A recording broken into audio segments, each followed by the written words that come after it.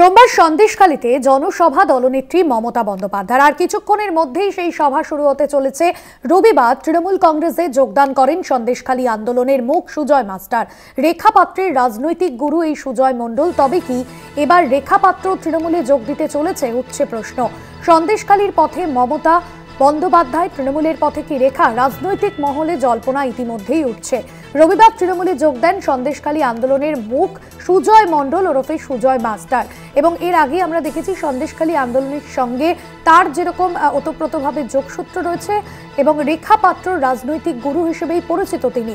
সেক্ষেত্রে রেখা পাত্র কি পরবর্তীতে তৃণমূলেই পা বাড়াতে চলেছেন, এই জল্পনা কিন্তু এখন জোরদার হচ্ছে। গতকালই সন্দেশখালীর আন্দোলনের অন্যতম মুখ সুজয় মাস্টার তিনি যোগদান করেন শাসক দল তৃণমূল কংগ্রেসে।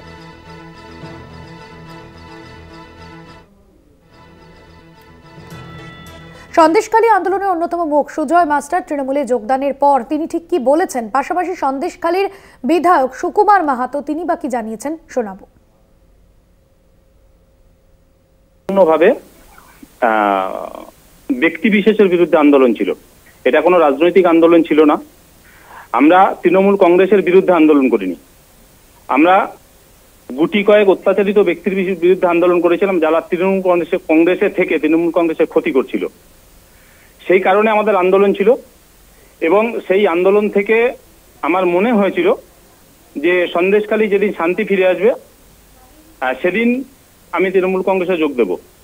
এই মুহূর্তে সন্দেশখালী আগের সেই শান্তির জায়গায় ফিরে এসেছে, মানুষ তার নিজের কথা বলতে পারে, মানুষ নিজের স্বাধীন অনুসারে চলতে পারে। সেই কারণে আমার মনে হয়েছে তৃণমূল কংগ্রেসে এখন যোগ দেওয়ার দরকার। এবং সবচেয়ে বড় কথা, আমাদের মানবিক মুখ্যমন্ত্রী তিনি কথা দিয়েছিলেন তিনি সন্দেশখালীতে আসবেন, যেটা সন্দেশখালীর মানুষের দীর্ঘদিনের চাওয়া পাওয়া ছিল। তিনি আগামীকাল আসছেন। আর তার চেয়েও বড় কথা যে সন্দেশখালী যে তৃণমূল থেকে মুখ ফিরিয়ে নিয়েছে এটা যে সম্পূর্ণ মিথ্যা, সে কারণেই আমি আজকে তৃণমূল কংগ্রেসে যোগ দিয়েছি। যে আমি প্রথম থেকেই বলে এসেছিলাম আমি তৃণমূল ঘরানার ছেলে, তৃণমূল কংগ্রেসের জন্ম হয়েছিল কোনো একটা সময় আমার বাড়িতেই। এখানকার তৃণমূল কংগ্রেসের যারা উদ্যোক্তা ছিলেন, যারা সেই সময় জন্ম দিয়েছিলেন তৃণমূল কংগ্রেসের, গুটি কয়েক মানুষ ছিলেন, তাদের মধ্যে আমার বাড়ির লোকজনও ছিল। এবং সেই তাদের মধ্যে থেকেই আজকের সন্দেশখালী অঞ্চল সভাপতি তিনি তার পদটা পেয়েছেন। সেই আমার মনে হয়েছিল যে যোগ্য ব্যক্তিত্বের হাতে, যোগ্য মানুষের হাতে যদি সন্দেশখালী ব্যাটন আসে, সন্দেশখালী যদি শান্তি ফিরে আসে, তবে সেই আগের তৃণমূল কংগ্রেসে আমি যোগদান করব। তো আমার মনে হয়েছে যে তৃণমূল কংগ্রেস যে অবস্থায় জন্ম নিয়েছিল, আজকের বর্তমান যে তৃণমূল কংগ্রেস সেই অবস্থাতেই বিরাজ করছে, সে কারণেই আমি তৃণমূল কংগ্রেসে যোগ দিয়েছি। লোকসভা ভোটের আগে বিজেপি চক্রান্ত করার চেষ্টা ছিল, সন্দেশখালীর বদনাম করে সারা ভারতবর্ষে ভোট চেয়েছিল এবং তখন সেই সময় যারা আন্দোলনের মুখ হয়েছিল তাদেরকে হায়ার করে হোক আর ভুল বুঝিয়ে হোক, তারা তৃণমূলের বিরুদ্ধে একটা গর্জে ওঠার পরিকল্পনা করেছিল এবং আন্দোলনটা বিজেপিতে ট্রান্সফার হয়েছিল। এবং এরা যখন সেই সময় আন্দোলন করেছিল তারা কিন্তু ম্যাক্সিমাম লোক তৃণমূলের লোক, ফলে ফেরত দিল। সেই জমিতে এখন চাষ হয়েছে, ধানের গোলা আছে, মানুষ খুশি আছে।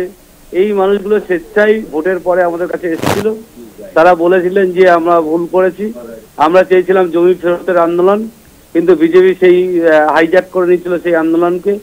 ফলে সুজয়বাবুর মতো লোক, সুজয়বাবু মাস্টারমশাই, তিনি তার ভুল বুঝে আমাদের কাছে এসছেন, আমরা তাকে সাধুবাদ জানাচ্ছি। তিনি মুখ্যমন্ত্রীর যে উন্নয়নে সামিল হয়েছেন এবং তিনি বুঝেছেন বাংলার মুখ্যমন্ত্রী সব করতে পারেন। এবং সত্যি সত্যি আজকে আমরা সেই জায়গায় স্পটে গিয়েছিলাম, দেখলাম ধানের জমি আছে, ধানের গোলা আছে, ধান চাষ হয়েছে এবং মানুষ খুব খুশি। মুখ্যমন্ত্রী কথা দিয়ে কথা রেখেছেন এবং তিনি এই কটা দিনের ব্যবধানেই তিনি কিন্তু সন্দেশখালী চলে এসেছেন। সন্দেশখালী কাণ্ডের 1 বছর পর মুখ্যমন্ত্রী মমতা বন্দ্যোপাধ্যায় সন্দেশখালী সফরে যাচ্ছেন। মুখ্যমন্ত্রীর সফরের আগে সুজয় মাস্টারের তৃণমূলে যোগদান অত্যন্ত তাৎপর্যপূর্ণ। সুজয় মাস্টারের তৃণমূলে যোগদান এবং রেখা পাত্র তৃণমূলে যোগদান দিতে পারেন কিনা এই নিয়ে যখন জল্পনা তৈরি হয়েছে, বিরোধী রাজনৈতিক শিবির তারা কি বলছেন এই বিষয়ে, রাজনৈতিক মহলে কি প্রতিক্রিয়া উঠে আসছে, শোনাবো। সন্দেশখালীর মানুষ, বসিরহাটের মানুষ তার জবাব দিয়েছে ভোটের বাক্সে, বিজেপিকে ধুয়ে মুছে দিয়েছে। সারা পশ্চিমবঙ্গ তথা ভারতবর্ষের যে ন্যারেটিভ তৈরি হয়েছিল, ভুল ন্যারেটিভ, সেটাকে প্রত্যাখ্যান করেছে সন্দেশখালীর মানুষ নিজেরাই। এবং আজকে মমতা বন্দ্যোপাধ্যায় যাচ্ছেন সেই সন্দেশখালীতে এখন বিজেপি বলে আর কিছু নেই এবং রেখাপাত্রও থাকেন না। সব থেকে বড় কথা হচ্ছে তখনকার সময়ে হুজুগে সুযোগ সন্ধানী হিসেবে যেসব বিজেপি নেতা নেত্রী ওখানে বাসা বেঁধেছিলেন, আন্দোলন করার চেষ্টা করেছিলেন, তারা এখন পালিয়েছেন। সুতরাং ওখানকার লোকাল বিজেপি যারা বলছে তারা তো আর কোনো রাস্তা নেই, তারা তৃণমূল কংগ্রেসে যোগদান করবে। সন্দেশখালীর উন্নয়ন করতে গেলে মমতা বন্দ্যোপাধ্যায়ের দেখানো রাস্তায় চলতে হবে। সুতরাং আমি মনে করি না রেখাপাত্রর কোনো প্রয়োজন আছে, সে আসবেও বলে মনে করি না, কারণ রেখাপাত্রকে সন্দেশখালীর ভূমির একজন সন্তান বলে মনে করাটাই ভুল। সে সন্দেশখালীর কেউ নয়।